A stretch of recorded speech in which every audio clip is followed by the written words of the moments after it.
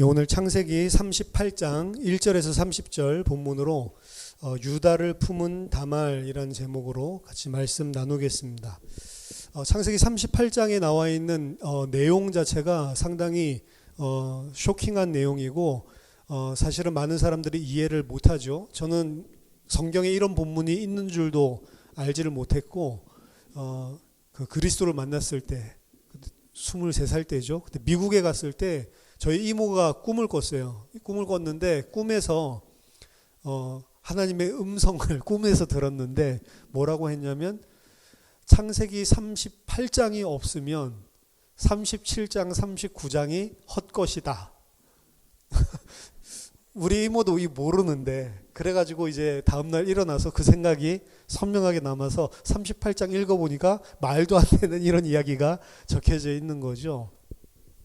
계신지는 몰라도 38장 내용이 일반적으로 보면 굉장히 이상한 내용이고 어떻게 며느리가 시아버지랑 같이 이렇게 관계를 맺고 또 그 사이에서 아이가 태어날 수 있냐 이런 부분들이 사실은 이해가 되지 않지만 실제로 38장에 나오는 거는 뭐 그런 이상한 막장 드라마 이야기가 아니고 사실은 고대 근동지방에서 이스라엘뿐만이 아니고 모든 나라 사람들이 다 행했었던 것들입니다. 그때는 시라고 하는 개념이 굉장히 중요했기 때문에 이것을 계대 결혼이라고도 하고 또 어떤 곳에서는 또 형사취수법이라고도 이야기를 하고 수혼법이라고도 이야기를 해요. 뭐 각각 약간 뉘앙스가 다르지만 다 똑같은 이야기들입니다. 그래서 이 38장에 나오는 이야기가 우리가 생각하는 것만큼 그때 당시의 사람들이 읽을 때는 이상한 본문이 아니라는 거죠. 그 사람들이 읽는 죄의 포인트는 우리가 생각하는 그런 죄의 포인트랑 전혀 다르다는 거죠.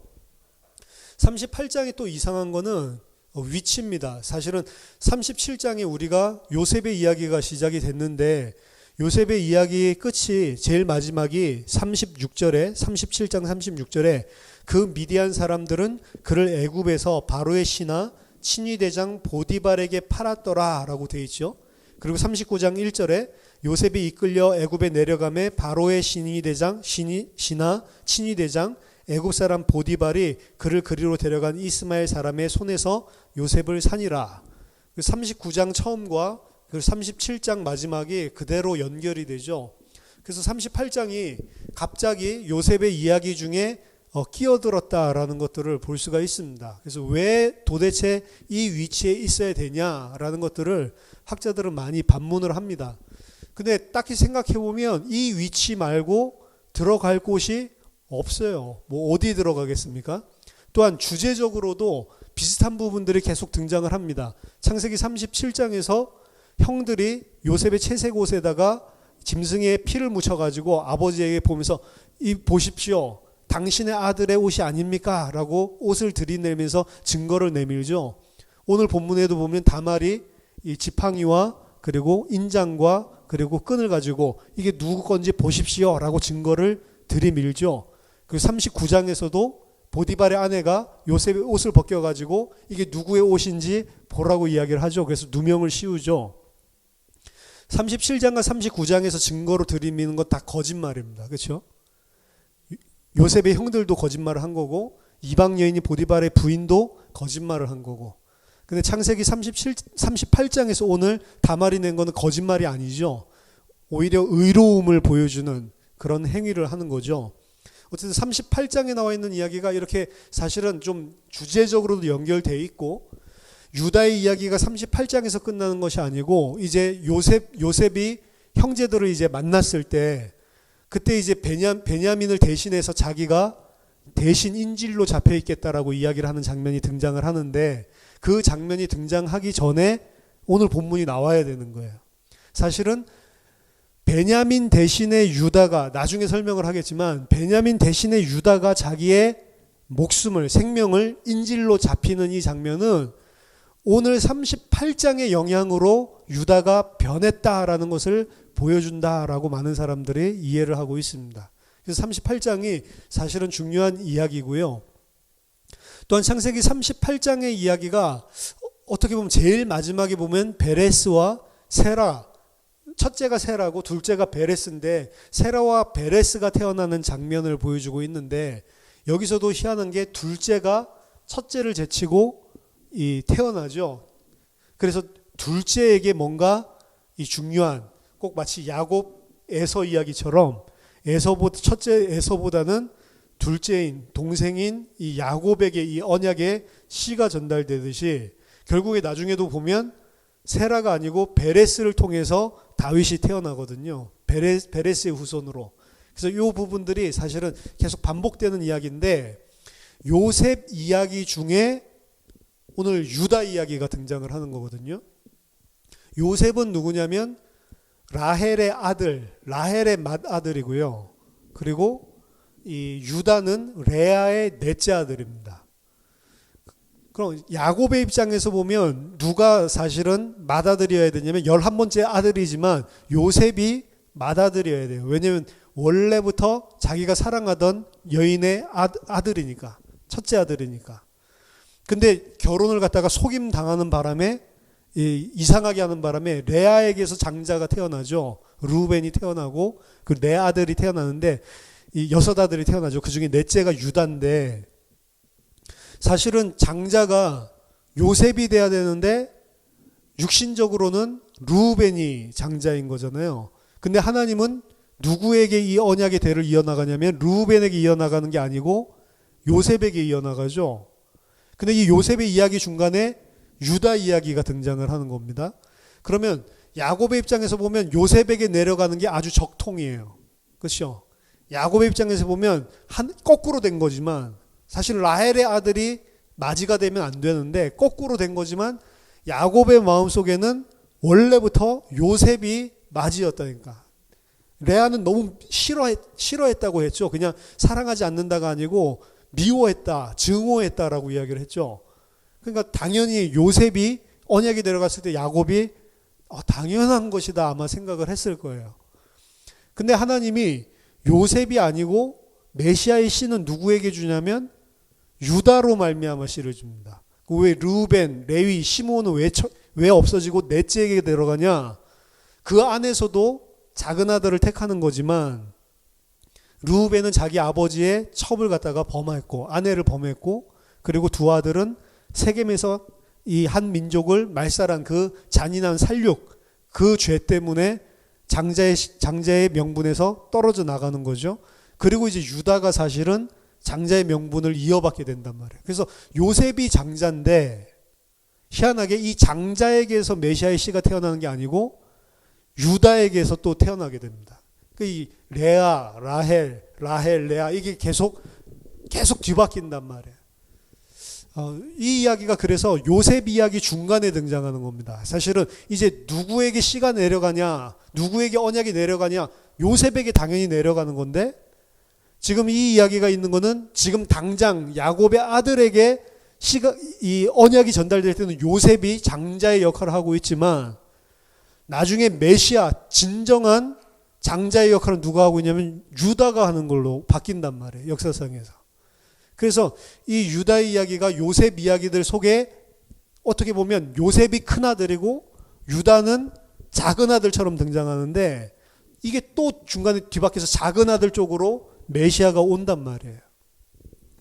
결국에 성경에서 계속 이야기하고 있는 거는 우리가 하나님의 언약을 받고 하나님의 언약의 백성으로 택하고 그리고 하나님이 그리스도를 보내는 그 씨로 택하고 이 모든 하나님의 선택에 있어서 인간의 생각이랑은 전혀 다르게 계속 하나님이 꼬우시는 거예요.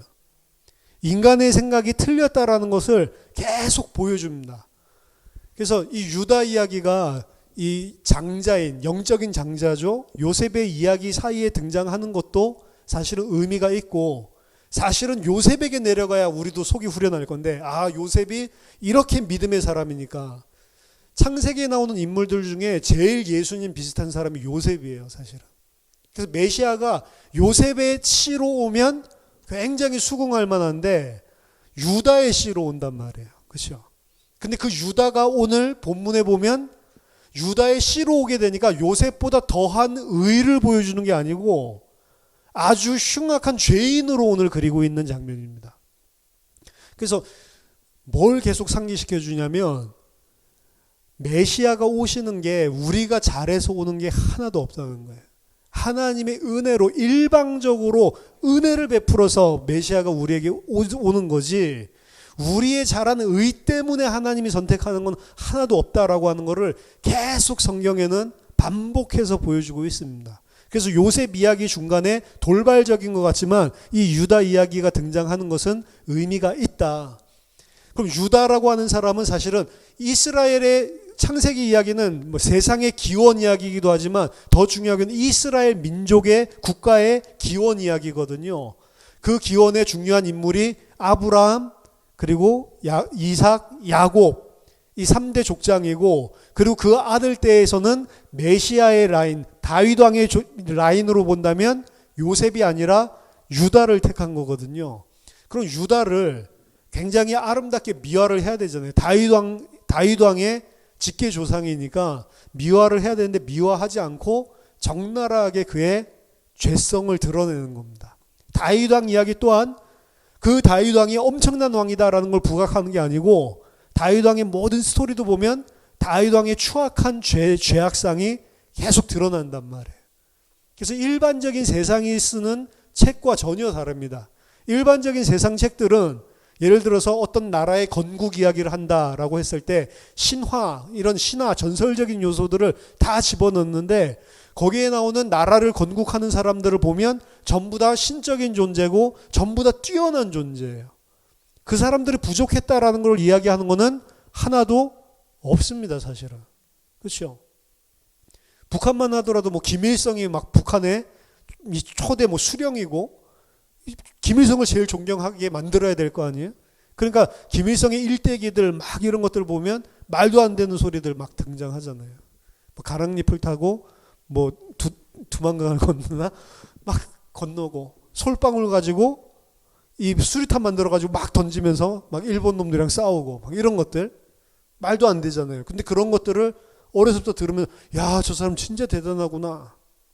그래서 김일성 죽었을 때 여러분들 그 북한 아이들 우는 거 봤습니까? TV로? 진짜 서럽게 울죠. 너무 막 애간장 막 이러면서 그 아이들이, 그렇죠, 10살도 안 되는 아이들이 막 가슴을 막 치면서, 왜? 완전 하늘 같은 존재로 만들어서 가르쳤으니까. 우상화 작업이라고 하는데, 모든 국가의 그런 기원을 설명하는 데는 미화를 시킨단 말이에요. 근데 성경은 완전히 반대입니다. 모든 기원들을 설명을 할 때 너희들 쓰레기였다, 이렇게 하는 거예요. 그런데 어떻게 너희들이 이렇게 택함을 받았냐? 그게 다 하나님 은혜지. 너희들이 잘한 게 없다. 이런 것들을 적나라하게 드러내는 거죠. 그래서 사실은 요셉을 통해서 메시아가 오면 참, 다윗이 요셉 족속으로 오면 참 대단할 건데, 그게 아니고 유다 지파로 오는 것입니다.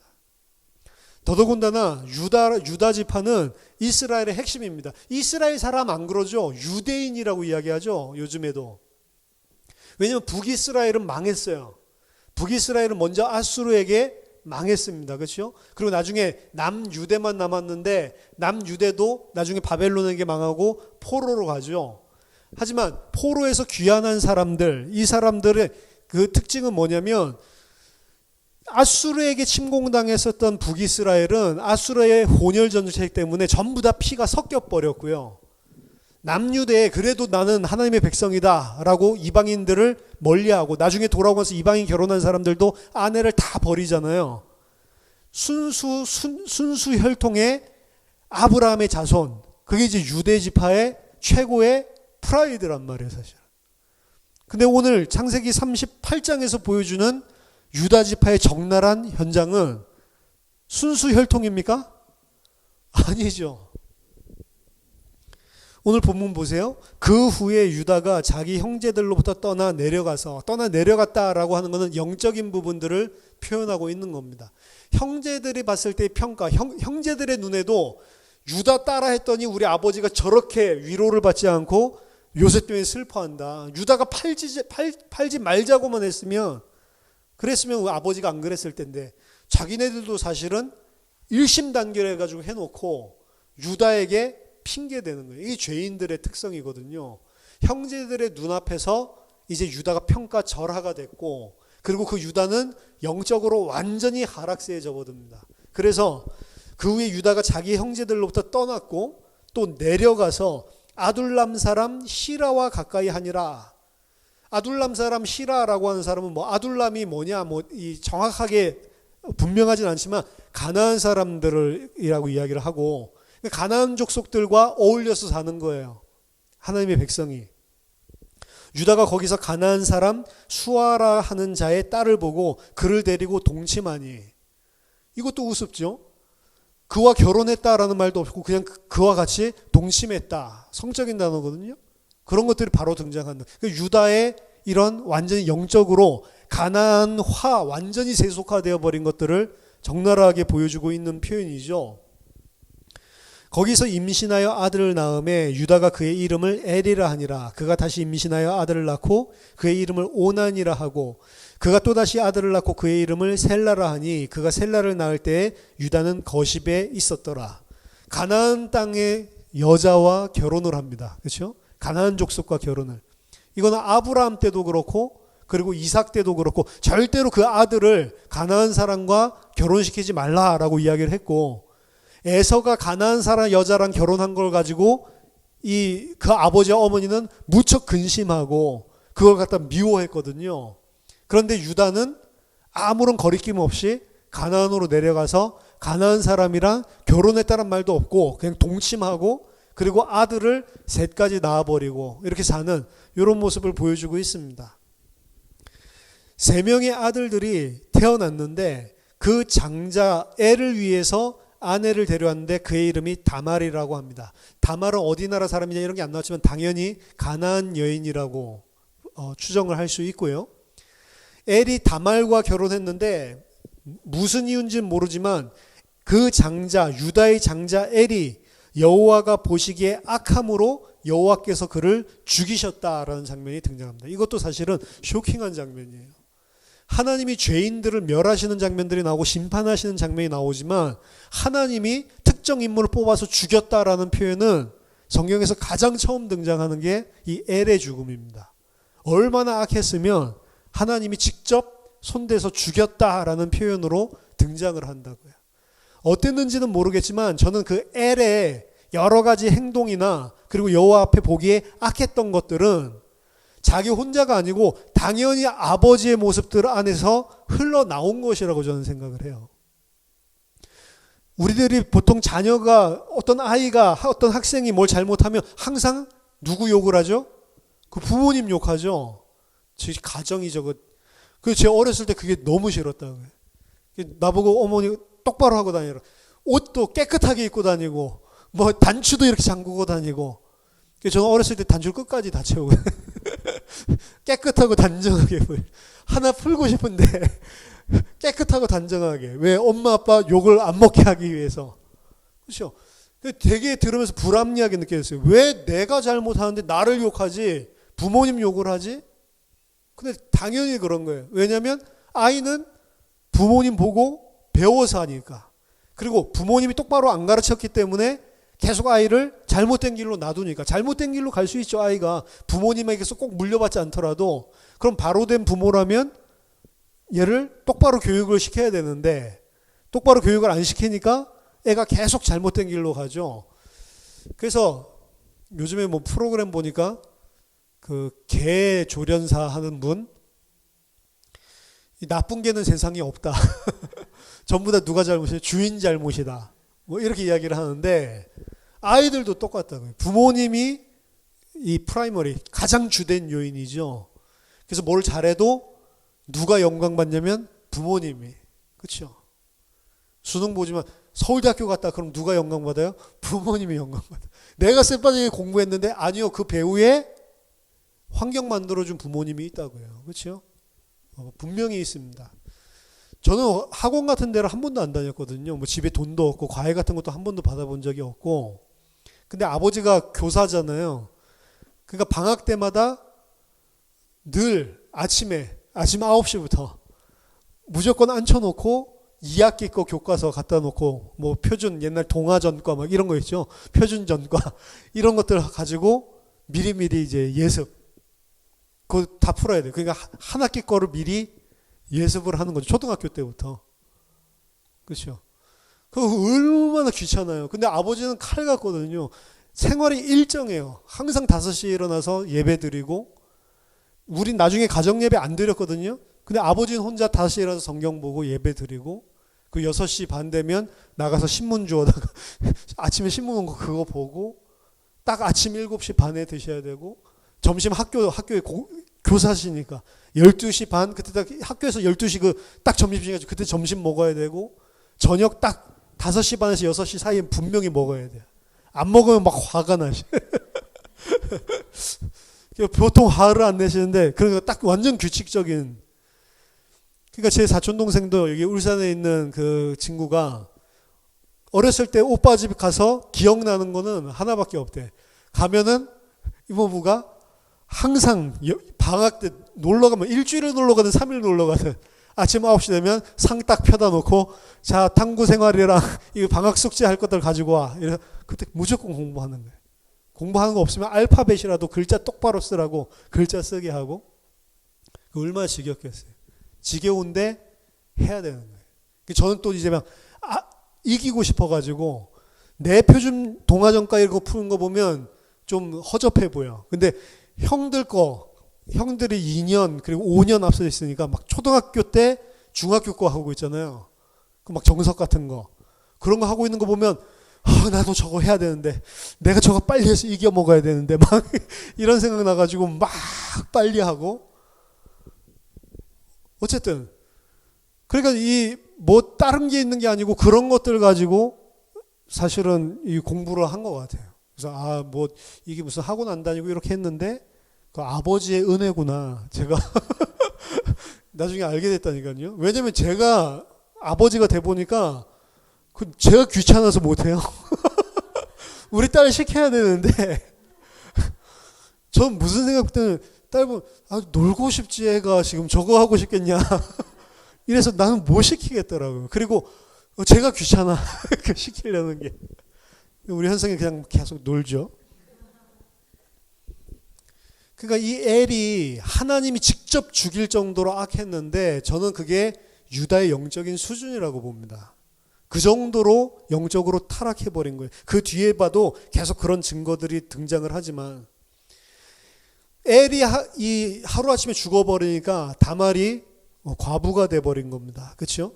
그랬을 때 유다가 그 아들에게 명령을 하죠. 다말이 죽고 난 다음에 유다가 오난에게 이르되, 둘째 아들이죠, 네 형수에게로 들어가서 남편의 아우된 본분을 행하여 내 형을 위하여 씨가 있게 하라. 이게 이제 계대 결혼이죠.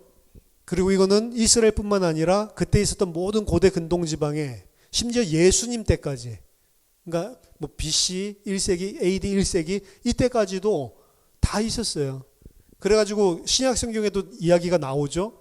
뭐 어떤 사람이 있었는데 첫째 아내가 죽고 둘째 아내에게 들어갔더니 둘째도 죽고 셋째도 죽고 넷째도 죽고, 나중에 그럼 천국 가면 누가 아내입니까? 이런 거 물어보잖아요. 이제 그런 것들이 이제 뭐 계대 결혼을 그때 당시에도 있었구나라고 하는 것들을 알 수 있는데, 이 오난에게 들어가라고 이야기하니까 오난이 그가 자기 씨가 되지 않을 것을 알고 있기 때문에 형수에게 들어갔을 때 그의 형에게 씨를 주려고 하지 않고, 그래서 땅에다 설정을 하며 이 일이 여호와께서 너무 악하게 보셔서 그를 죽였다 또 이야기합니다. 그러니까 이 두 명의 아들인데 둘 다 악해가지고, 첫째 아들은 무슨 이유인지 모르겠는데 첫째 아들도 굉장히 악했겠죠. 둘째 아들도 하는 짓거리가 악해서 하나님이 죽여버렸단 말이에요. 자, 계대 결혼 혹은 형사 취수법 혹은 수혼법이라고 부르는 것은 신명기 25장에 등장을 합니다. 신명기 25장 5절부터 10절까지 나와 있는데 5절 6절만 읽어보면, 형제들이 함께 사는데 그중 하나가 죽고 아들이 없거든 그 죽은 자의 아내는 나가서 타인에게 시집가지 말 것이요, 그의 남편의 형제가 그에게로 들어가서 그를 맞이하여 아내로 삼아 그의 남편의 형제된 의무를 그에게 다 행할 것이요, 그 여인이 낳은 첫 아들이 그 죽은 형제의 이름을 잊게 하여 그 이름이 이스라엘 중에서 끊어지지 않게 할지니라. 이게 이제 이 그 수혼법의 내용입니다. 그러니까 아들들이 많이 있는데 첫째 아들이 먼저 죽어서 형수가 만약에 과부가 되면 그 형제들이 그에게 들어가서, 그 형제들 중에 한 명이겠죠. 들어가서 그에게 씨를 주고, 씨를 주는 것만이 아니죠. 뭐가 되라고요? 아내로 삼으라 라고 되어 있어요. 근데 오늘 유다가 명령한 거 보면 오난에게 들어가서 네가 그 의무를 다 해라 라고 이야기를 하지만 아내로 삼으란 말은 안 하죠.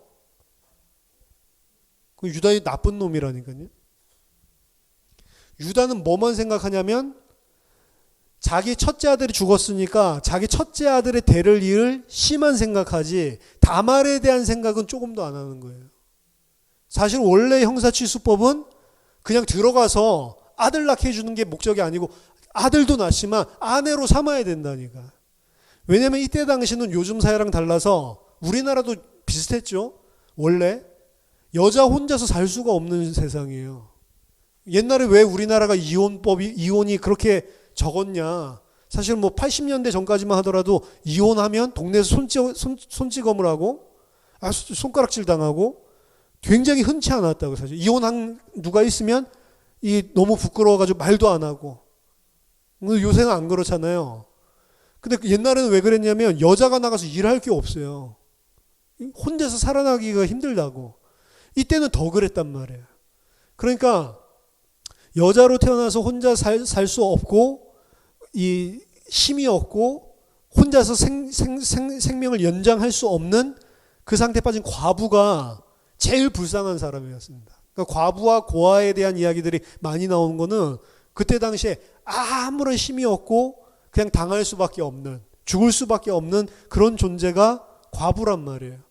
그러니까 형사취수법을 통해서 씨도 이어야 되지만 그 과부도 살려야 되는 거예요, 사실은.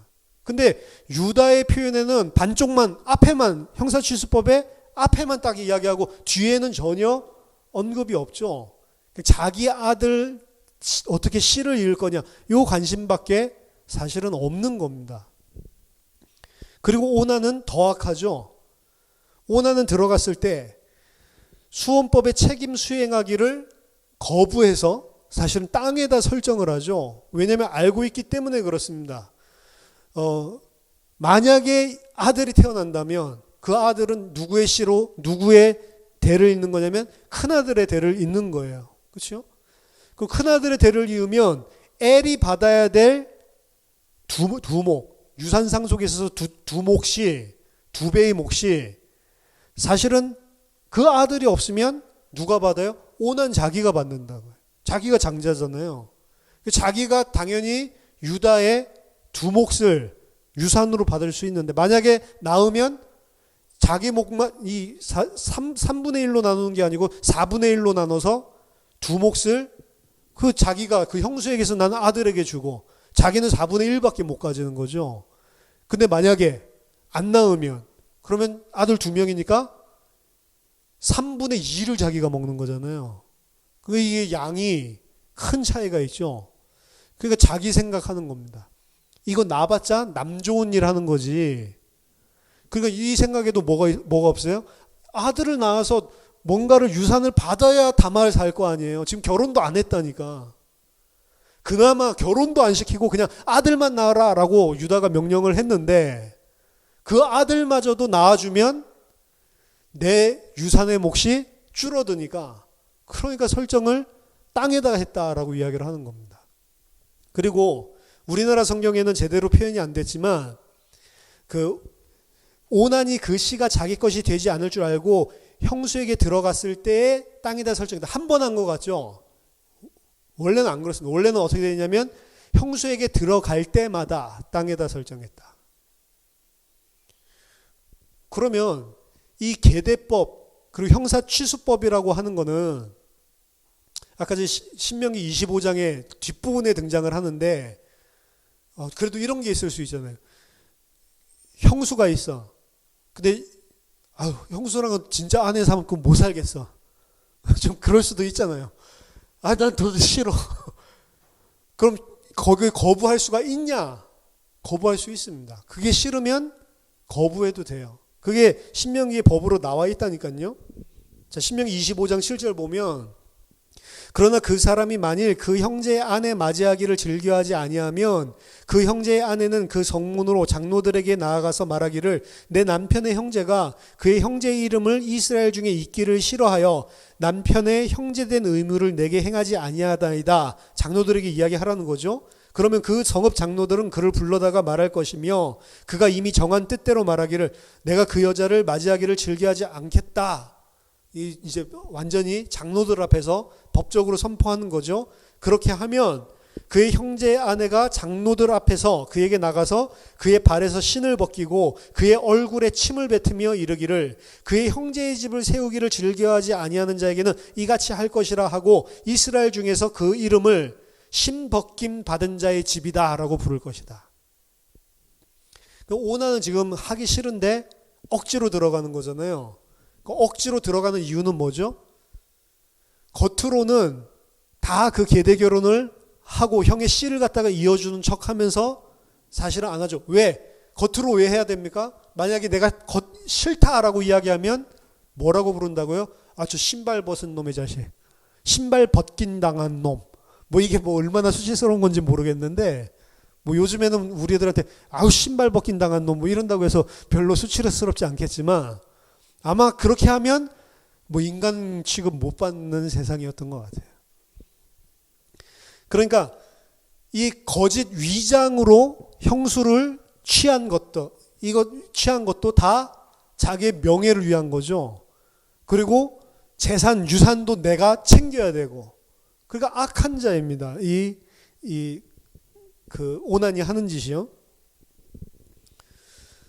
그래서 자신이 이 수원법의 책임을 겉으로는 수행하는 척 하면서 실제로는 하지 않고 명예는 명예대로 다 취하고 그리고 유산, 육신적인 유산은 유산대로 다 취하면서 아무것도 생존의 길이 없는 형수는 죽건 살건 그대로 방치하는 그게 지금 오난의 죄였습니다. 그래서 이 오난의 여호와 보시기에 악해서 그를 쳐 죽였다.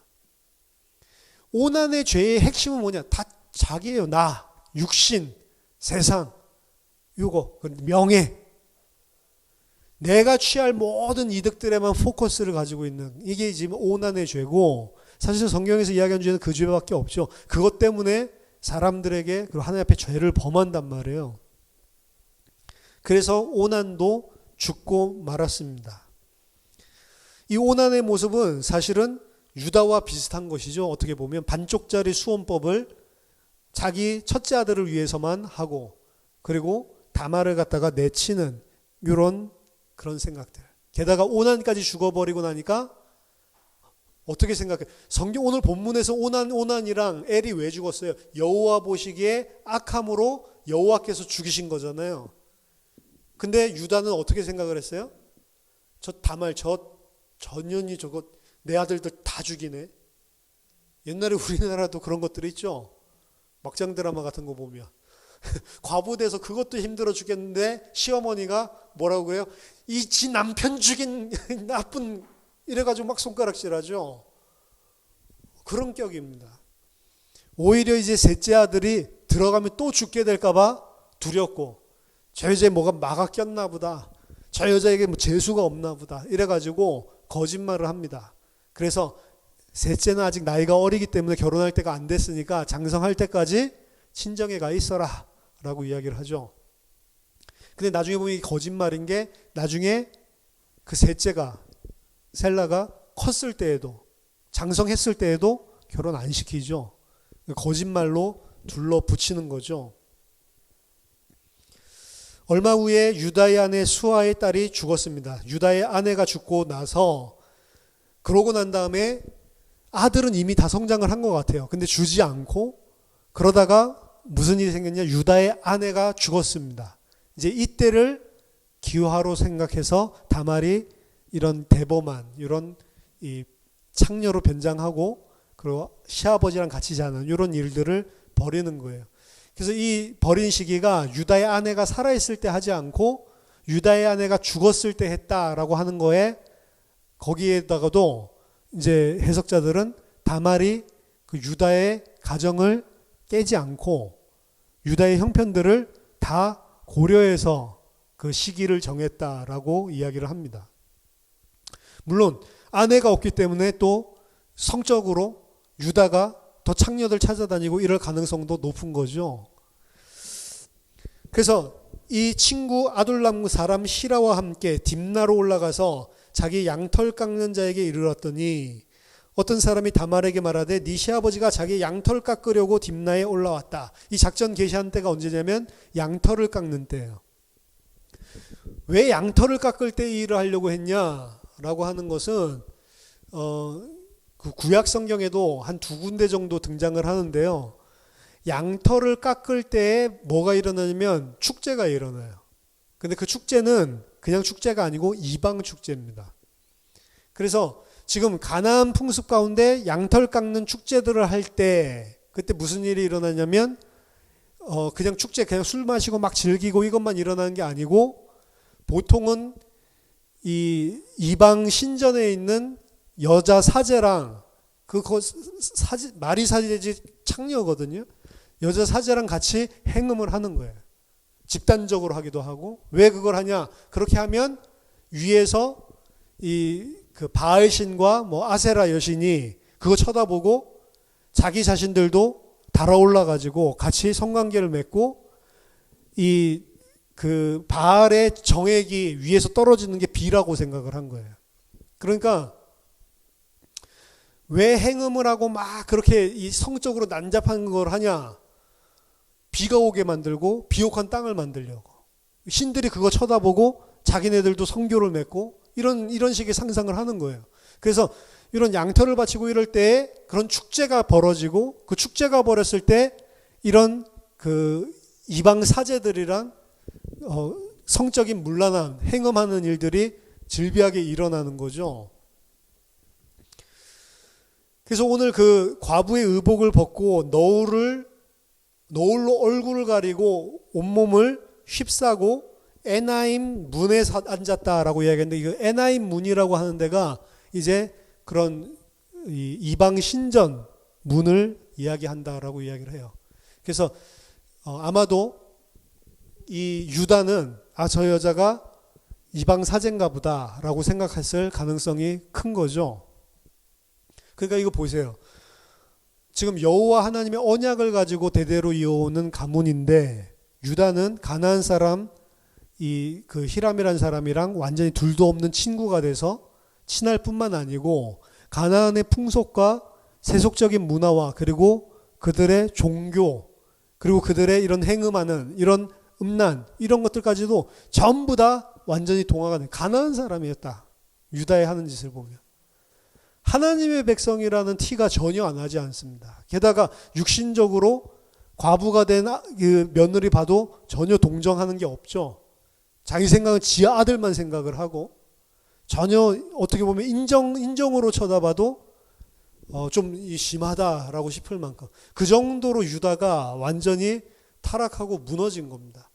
그냥 창녀 찾아갔다라고 하는 정도가 아니고 영적으로 종교적으로 완전히 다 무너진 상태예요, 사실은. 이 상태에서 갔을 때 이제 그 다말이 창녀로 가장을 하고 나에게 무엇을 주겠냐라고 이야기하니까 양떼 중에서 새끼 하나를 주겠다라고 이야기했더니 지금 없으니까 그럼 이 담보로 뭘 주겠냐라고 요구해서 그 인장과 그리고 끈과 그리고 지팡이를 받는데 이 세 가지는 다 신분을 상징하는 거래요. 그래서 이 인장, 도장은 당연한 거고 그 끈도 마찬가지고 그리고 그 지팡이도 전부 다 자기의 신분. 오늘로 치면은 뭐 여권, 주민등록증 이런 거라고 보면 돼요. 그런 거를 딱 맡기게 한 거죠. 그래야 분명하게 나중에 밝힐 수가 있으니까. 그걸 주고 그에게 들어갔고 공교롭게도 자기의 그 며느리는 자기로 유다로 말미암아서 임신하게 됐다라고 이야기를 합니다. 그러고 나서 자기 이 친구를 갖다가 보냈더니 이 동네에는 그런 여사제가 없다, 그런 창녀가 없다라고 이야기를 하죠. 거기서 창녀라고 돼 있는데 그때 히람 사람이 가가지고 물어본 그 단어 창녀라고 한 단어는 정확하게 그 여자 사제 창녀, 그냥 일반 창녀가 아니고요. 각각 뜻이 다른데 위에서는 그냥 창녀라고 창녀로 가정한 것처럼 했는데 실제로 가서 여기 내가 지금 창녀를 찾으러 왔다라고 해서 그런 창녀 없다라고 이야기할 때 쓴 단어는 정확하게 신전에서 일하는 그런 창녀를 이야기를 한단 말이에요. 그러니까 처음에 이 독자들이 읽을 때 창녀 찾아가서 막 그렇게 하는 것도 와 뜨악한데 나중에 보니까 그 창녀가 그냥 보통 창녀가 아니고 이방 사제 창녀를 이야기하는 거구나. 이걸 봤을 때 이제 이 정도로까지 이 타락을 했어? 유다가? 이렇게 되는 거죠, 사실은. 결국에 찾지 못하고 유다는 이렇게 이야기합니다. 23절에 유다가 이르되 그로 그것을 가지게 두라. 우리가 부끄러움을 당할까 하노라. 내가 이 염소 새끼를 보냈으나 그대가 그를 찾지 못하였느니라. 여기도 보면 우리가 부끄러움 당할까 자기 명예에 대한 것들을 생각하고 있고 그리고 자기 변명을 하죠. 나는 그래도 할 만큼 다 했다라는 거죠. 내가 잘못한 건 없다. 나는 약속대로 염소 새끼 다 주려고 했는데 지가 없었으니까 어쩔 수 없는 거지 라고 하고 자기는 까마득하게 잊어버립니다. 그리고 석 달쯤 지나서 소문을 듣게 되죠. 네 며느리 다말이 행음하였고 그 행함으로 말미암아 임신했다. 듣자마자 유다가 뭐라고 하죠? 그를 끌어내어 불사르라 라고 이야기하죠. 이게 지금 악한 거예요, 사실은. 보통 이스라엘의 법에 의하면 간음을 하다가 걸리면 돌로 쳐서 죽이지 불사르는 법은 없습니다. 그렇죠? 근데 막 엄청 열받았나 봐. 행음을 해? 불살라라. 근데 생각해보세요. 석 달 전쯤에 행음한 인간은 누구였죠? 자기죠. 자기는 그것도 그냥 행음한 게 아니고 아예 이방 사제 창녀랑 같이 행음을 한 거잖아요. 자기의 그 며느리가 행음한 거는 불살라라서 죽이라고 하는데 자기가 행음한 거는 아무 상관이 없죠. 그럼 그 며느리가 행음한 거는 왜 이렇게 크게 생각합니까? 자기 아들의 아내가 될 사람이라고 상정을 했기 때문이에요. 왜냐하면 그 친정으로 돌려보냈고 사실은 남편이 다 죽었잖아요. 그리고 그 막내 아들을 줄 생각이 없잖아요, 유다는. 그럼 실제로는 자기 며느리도 아닙니다. 그렇죠? 그럼 행음했든 뭐 하든 사실은 상관이 없어야 돼요. 그런데 겉으로 위장하는 거죠. 나는 내 아들을 주려고 이 시간표를 기다리고 있었고 아들과 결혼하기로 맹약을 해놓고 어떻게 간음을 하고 있냐 이렇게 이야기하는 거잖아요. 사실은 자기 속에는 잘됐다. 막내 아들이 이제 안 죽게 됐구나. 다른 여자랑 결혼하면 되겠다. 오히려 이 생각이 강했을걸요. 그런데 그냥 죽여버려야 되겠다. 악하단 말이에요. 이 유다가 하는 짓들이, 생각하는 것들이. 그리고 정작 오늘 본문에서 행음한 자는 자기밖에 없습니다. 다말이 행한 거는 다말이 유다 집안에 들어가서 유다가 타락했지만 제가 봤을 때는 그 아브라함부터 전해져 내려왔었던 언약에 대한 이야기를 들었었을 거예요. 본문은 그런 것들 안 나와 있습니다. 전혀 안 나와 있어요. 근데 유다를 속여서까지 유다에게서 그 씨를 갖다가 받아내야 된다. 사실은 그 셋째 아들을 안 주니까 유다에게서 받은 건데 셋째 아들이 원래는 이 형사 취수를 해야 되는 거예요. 그렇죠? 근데 만약에 그 수혼법 안에서 그 셋째 아들이 취하지 않으면 그 다음 누가 하냐면 그 다음으로 가까운 친족이 해야 된다고. 그 다음 가까운 친족이 누구냐면 유다입니다. 유다. 다른 아들이 없잖아요. 가장 가까운 친족이 유다가 되는 거예요. 그러니까 이 다말은 그 수혼법에 따라서 적법하게 유다랑 하는 거예요. 왜? 자기 아들 안 주기로 했으니까. 그걸 분명하게 읽었겠죠. 그러니까 유다랑 잔 거라고. 그러니까 수혼법에 따라서 이 막내 아들이 만약에 난 안 하겠다라고 하면 그 다음 턴이 누구한테 넘어가냐면 유다로 넘어가는 거예요, 원래. 그러니까 당연히 해야 될 것들을 취한 것입니다. 성적인 무슨 간음을 하기 위해서 한 게 아니고, 그 왜? 자기가 남편 없으니까 먹고 살려고? 그게 아니고, 제가 봤을 때는 그 아브라함 가문에 계속 내려져 왔던 씨에 대한 언약을 들었던 게 아닐까. 이 계대 결혼 있죠? 이 수혼법에 대한 이야기가 이 오늘 창세기 38장 본문 말고 또 등장하는 곳이 있습니다. 그게 어딘지 아세요? 룻기입니다. 룻기. 그렇죠? 룻기에서도 이 룻이 보아스가 취하려고 그러는데, 이 보아스가 취하려고 보다 보니까 더 가까운 친족이 있었죠. 그러니까 그 친족에게 이야기를 하니까, 아, 내가 룻을 취하겠다 라고 이야기했더니 보아스가, 그 취하면 재산적으로 이런 부분들을 네가 대신 갚아줘야 되고 이런 손해가 난다. 그것까지 다 감수하면서 하겠냐 라고 했더니, 그럼 나는 하기 싫다. 신발 벗긴다간 놈이 되는 건데, 그렇게 했더니 보아스가 내가 하겠다라고 해서 장로들 앞에서 그 일을 취하죠. 그 장면이 등장을 하는데, 거기서도 보면 어떤 사람이 이 룻을 취해야 되는데 그 사람이 싫다고 하니까 그 다음 가까운 사람인 보아스가 그때 취하게 되는 이런 것들을 보여주잖아요. 그래서 오늘 이 본문에서는 당연히, 근데 이 룻이랑 보아스의 이 계대 결혼도 포커스가 뭐냐면 다윗의 조상, 다윗의 씨, 그걸 이야기하는 거예요, 사실은. 왜 룻기가 갑자기 역사서 가운데 뚝 나오냐? 다윗의 씨에 대한 설명을 하기 위해서.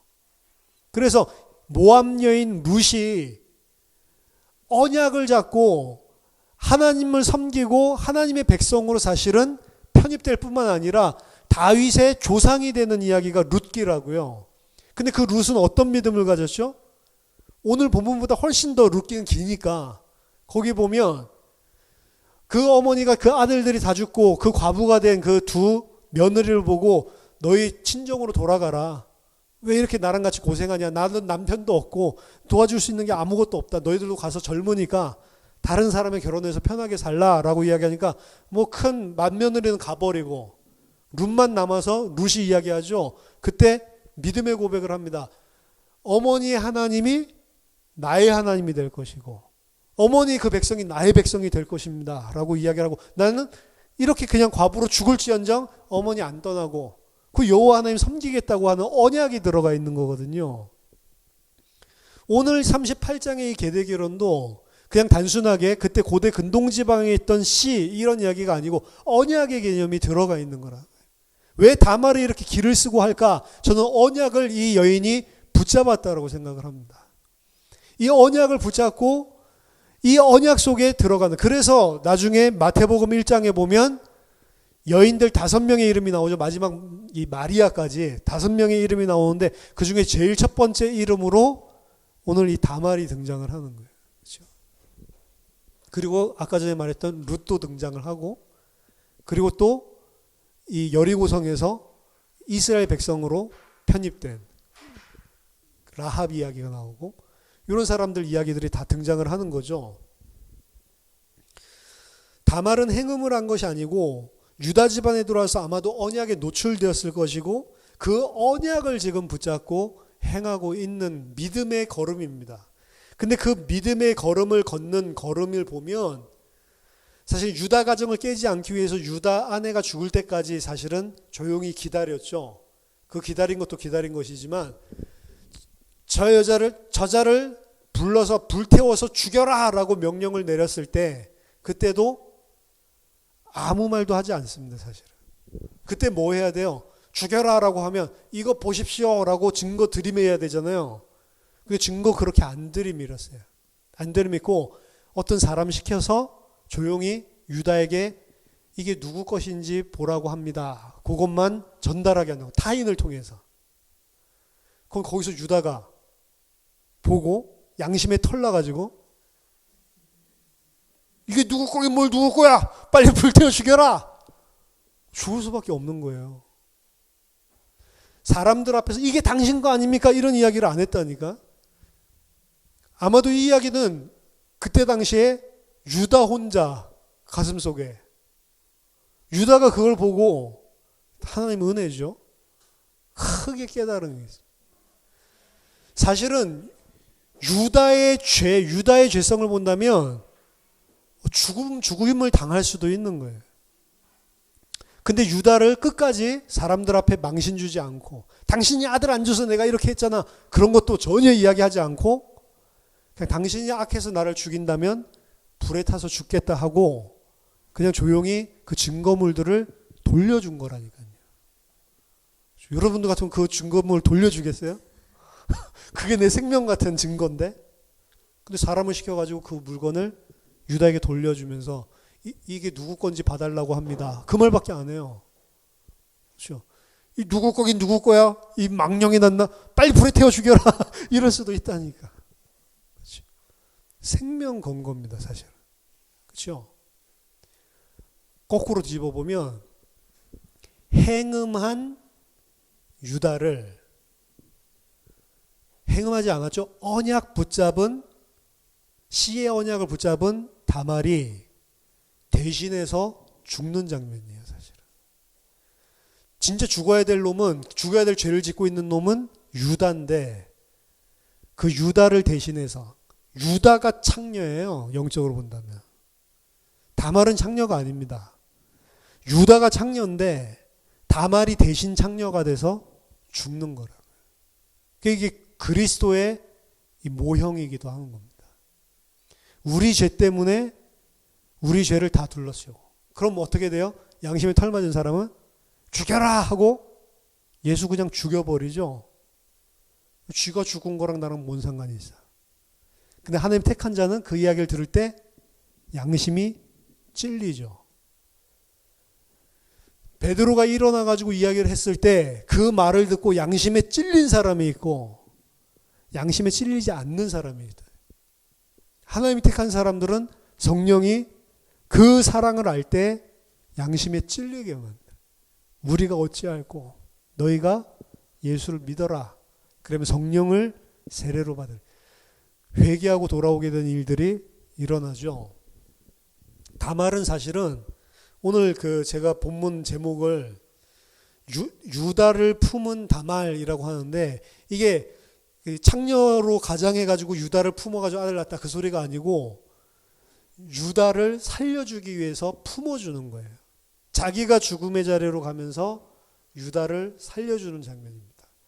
이 일이 있고 난 다음에 유다가 자기 물건들 딱 세 가지를 증표를 보고 그러고 나서 한 게, 내가 아니라 그녀가 옳다라고 이야기하죠. 그 옳다라는 거는 그냥 옳다, 맞다 그 소리가 아니고 ጼ데크, 의롭다라는 거예요.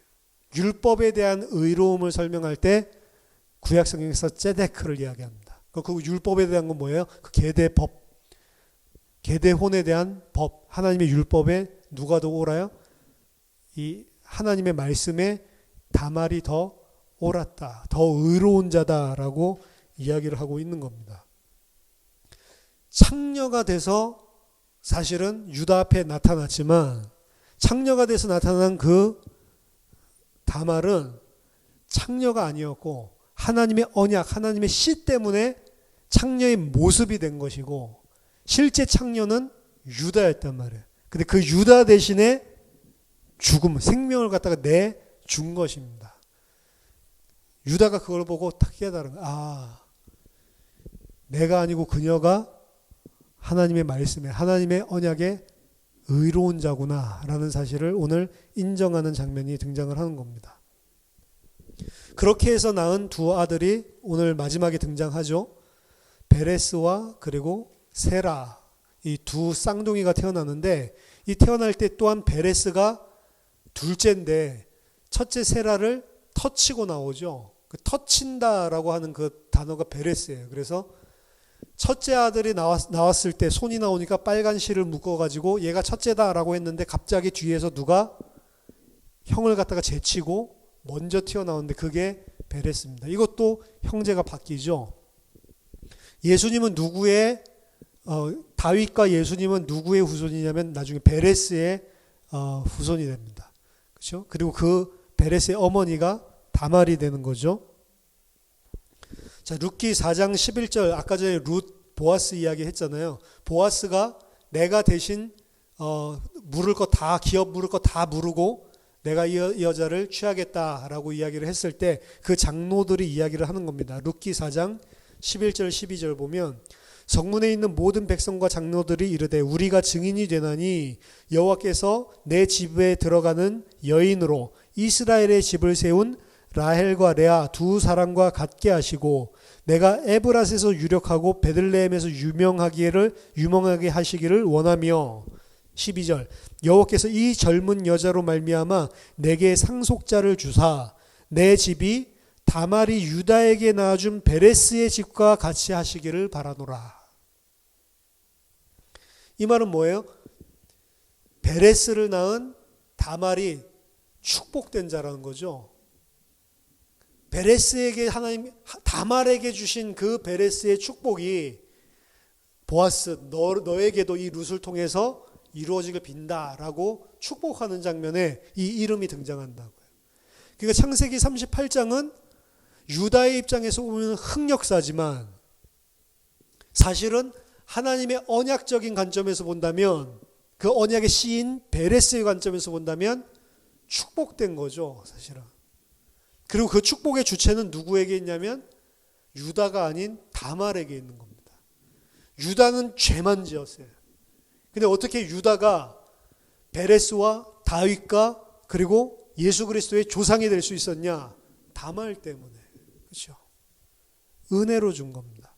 그래서 유다가 완전히 그 요셉도 팔아먹고 형제들 앞에서도 완전히 영적으로 다운되고 그리고 형제들 앞에서도 평가절하돼 가지고 그 형제들을 떠나야 했었던 이 유다가 이 사건 통해서 사실은 중요한 깨달음이 있고 이때 변화가 일어났다라고 이야기를 하는 거예요. 그게 나중에 자기도 그런 삶을 사는 자로 바뀌는 게 나중에 등장을 하게 되는 겁니다.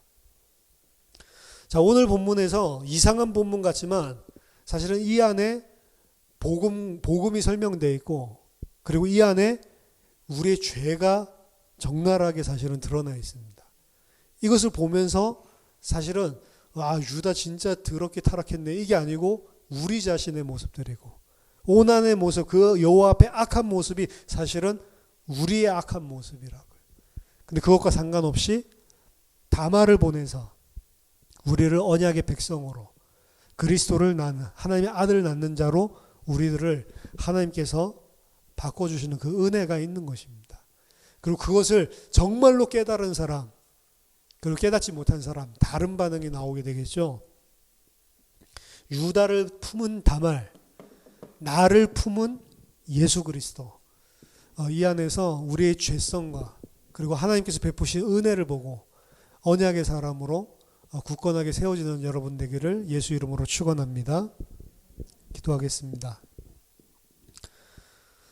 하나님 은혜를 감사드립니다. 죄밖에 없고 하나님 보시기에 악해서 당장 심판당하고 죽어도 마땅한 저희를 하나님께서 예수 그리스도를 보내주셔서 우리 대신 죄가 되시고 십자가에서 죽으심으로 나의 모든 죄를 용서하시고 하나님의 백성으로 언약의 백성으로 언약의 씨로 우리를 불러주심을 감사드립니다. 하나님 그 사랑과 은혜에 날마다 감사하고 감격하고 잊지 않는 참된 하나님의 백성들로 우리들을 삼아주시고 그 은혜와 사랑에 감격해서 하나님의 백성들로 하나님의 영광 드러내는 주의 백성들 다 될 수 있도록 축복해 주시옵소서. 예수 그리스도 이름으로 기도하옵나이다. 아멘.